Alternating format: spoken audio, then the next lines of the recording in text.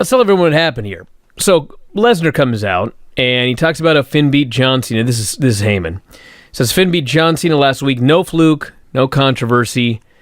Says Cena proclaimed that he believed in Finn Balor. The people said so as well. I believe in Finn Balor, he says. And he notes that Balor believes that he can beat Brock because Brock was training for another opponent. Now, with a week's notice, he's got an entirely new challenger. I like that. See that made all the sense in the world that he was training for this 385-pound guy. Now he's got this smaller, speedier guy. Yep. He's the only one who said that. Like, the announcer should have hammered that point home, and the announcers never brought it up once. But he says, spoiler here, even miracles fear Brock Lesnar. Vince comes out. He says, for anyone to think that Finn can in any way compete with Brock, that's passé, he says. The only way, Vince was out to lunch on this show. Passé. This is just the beginning. He went like in and out of focus on the show. Oh my God. He says the only way anyone could believe this would be if they believed the story of David and Goliath. Remember that one, Vince asks? Paul says, I never read the Bible. That was actually a pretty clever line. So Vince I thought that was cute. Vince says, David went out. This is his story of David and Goliath. He says, David went out, ate every mushroom he could find. He did? Went up and challenged this big, nasty, mean giant. And then Goliath beat the holy hell out of David, and David was never seen again until he was reincarnated as Finn Balor. What in the hell is he talking about? He's not talking about David and Goliath. No. He's not talking about Jack and the Beanstalk either. He's got like 10 stories he's conflating here. Wait.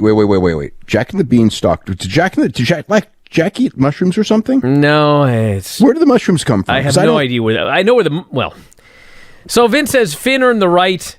He has fans, but any fan in the world, including here in Hillbilly Land, none of them believe that Finn can beat Brock, and unless they believe in fairy tales. So Strowman comes out, gets on the apron.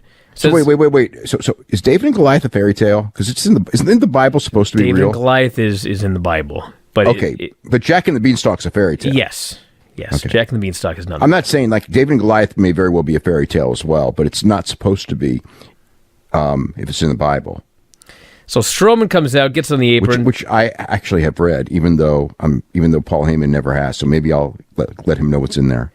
Last Monday was the worst night of his life, thanks to Corbin. Not thanks to Vince, who actually took away his championship match and $100,000. It's Corbin's fault. Well, hey, wait a minute. Now, you can't get mad at that because that's like the epitome of the entire pro wrestling world right there. Well, how many guys have told you, oh my God, Vince loved me, but that damn Jim Ross or that damn John Laurinaitis or JJ or whoever it was, they hated me and I was screwed. Yeah. And they're full of it. So Braun Strowman's now full of it. He's supposed to be the top babyface. Well, they're full of it because they're either afraid or they're naive. And Braun's either afraid, naive, or both. Well, speaking of being afraid, Vince says you're lucky you're employed. So he said that to Braun? Yes. You're lucky you're employed.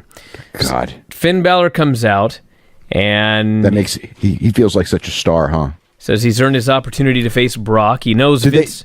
Do they like in the movies, like when there's like when they're like on these big shows and everything, do they ever just like the owner of the studio ever go to like some like real star, like a real money star and go like, you're lucky you have a job? I'm sure it happens behind closed doors here and there. Rarely publicly. Top guys who could go you're anywhere. Probably right. You're probably right. I mean, yeah, middle guys for sure. And look, if Vince went to like Dolph Ziggler on television and said that, I would go, okay, that's fine. Or somebody like Kurt Hawkins, like which in fact he did do tonight. That's fine. But when you say to like a Braun Strowman, to me, it's like saying like, he ain't a star.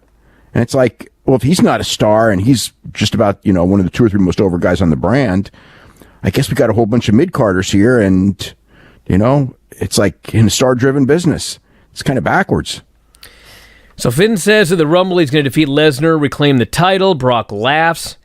Braun says, I know I could have beaten Brock Lesnar. I don't know if you can, Finn, but you damn well better. And Finn tells him to keep his nose out of his business. Brock has seen enough. He leaves. So Finn then tells Vince, you screwed up your story, buddy. He says, everybody laughed at David. They laughed in his face. They didn't know who he was or what he was made of. But Goliath fell face down in the dirt, and nobody was laughing then. And Vince says, well, how about Strowman and Balor tonight, and Brock can watch from ringside. So that was the opening segment. It was too long. Vince is totally overexposed, and there was more of him later. That's the nature of the thing. They feel they need to get ratings up, so they're doing all the old ratings tricks. Yeah, but it's bad overexposure. Like, it's exposing too much of Vince. It's double overexposure. It's overexposure because it's too much, and it also exposes that he's not as sharp as he used to be. So it's bad stuff in that way. But, Vince is a very entertaining character, though. I mean, it's like, it could be worse. It could be Baron Corbin doing all those segments. That's true.